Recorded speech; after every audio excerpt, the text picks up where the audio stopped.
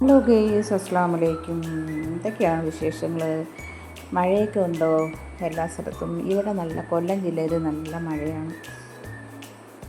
ഇന്നലെ മാത്രം ഒരു ദിവസം വൈകുന്നേരത്താണ് പെയ്തത്. ബാക്കിയ ഫുള്ള് നേരം വെളുത്തപ്പോഴേ മഴയാണ്. വെളിയിലൊന്നും ഇറങ്ങാൻ പറ്റാത്ത രീതിക്കുള്ള മഴയാണ്. അപ്പോൾ ഗെയ്സ്, ഇന്ന് രാവിലെ ഇഡ്ഡലിയും സാമ്പാറുമാണ് തയ്യാറാക്കുന്നത്. അപ്പോൾ അതിന് വേണ്ടി കഷ്ണങ്ങളെല്ലാം തയ്യാറാക്കിയിട്ടുണ്ട്. ഒരു തക്കാളിയും തോരമ്പരിപ്പും ഇട്ട് കൊടുത്തിട്ടുണ്ട്, 3 പച്ചമുളക്, പിന്നെ മഞ്ഞൾപ്പൊടി ഉപ്പും കൂടെ ഇട്ട് കഷ്ണങ്ങളെല്ലാം ഒന്ന് വേവിച്ചെടുക്കാൻ പോകുന്നു. അപ്പോൾ രാവിലത്തെ ബ്രേക്ക്ഫാസ്റ്റ് ഇഡ്ഡലിയും സാമ്പാറുമാണ്. അപ്പോൾ ഇനി നമുക്ക് നിവക്ക വെള്ളവും കൂടെ ഒഴിച്ചു കൊടുക്കാം. എന്നിട്ട് നല്ലതുപോലെ നിന്ന് വേവിച്ചെടുക്കണം.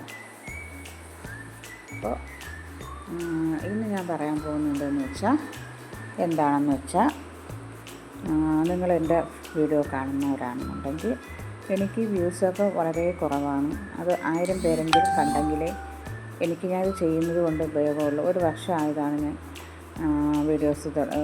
ചാനൽ തുടങ്ങിയിട്ട്. വലിയ പാടുപെട്ടാണ് പോകുന്നത്.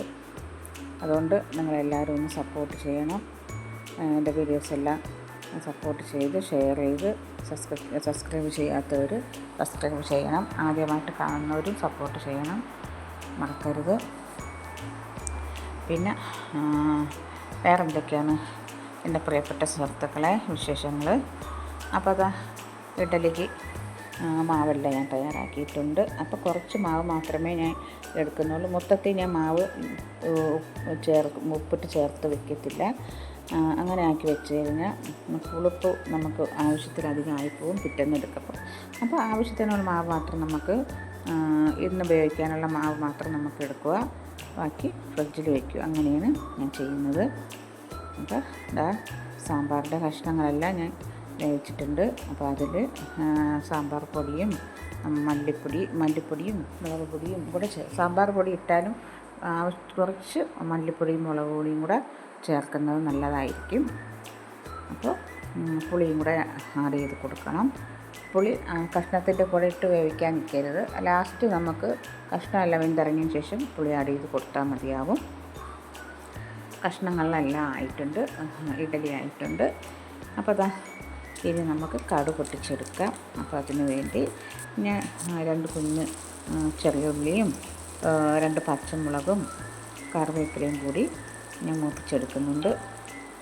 അപ്പോൾ അതുകൂടെ നമുക്ക് ചേർത്ത് കൊടുത്തിട്ട് അപ്പോൾ നമുക്കുള്ള ഉള്ളിയെല്ലാം അവിടെ മൂത്ത് വന്നിട്ടുണ്ട്.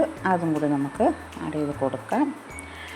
എന്നിട്ട് സാമ്പാറും ഇഡ്ഡലിയും രാവിലെ നല്ല മഴയത്ത് നല്ല ചൂട് സാമ്പാറും ചൂട് ഇഡ്ഡലിയും അടിപൊളി ടേസ്റ്റാണ്. എന്താ കോമ്പിനേഷൻ നോക്കിയേ. അപ്പോൾ രണ്ടും റെഡി ആയിട്ടുണ്ട്. അപ്പോൾ കഴിക്കാനായിട്ടൊക്കെ ആളുകൾ അവിടെ ഇരിപ്പുണ്ട്. അപ്പോൾ നാളത്തെ വീഡിയോസ് കാണുമ്പോഴേക്കും അസ്സലാമു അലൈക്കും.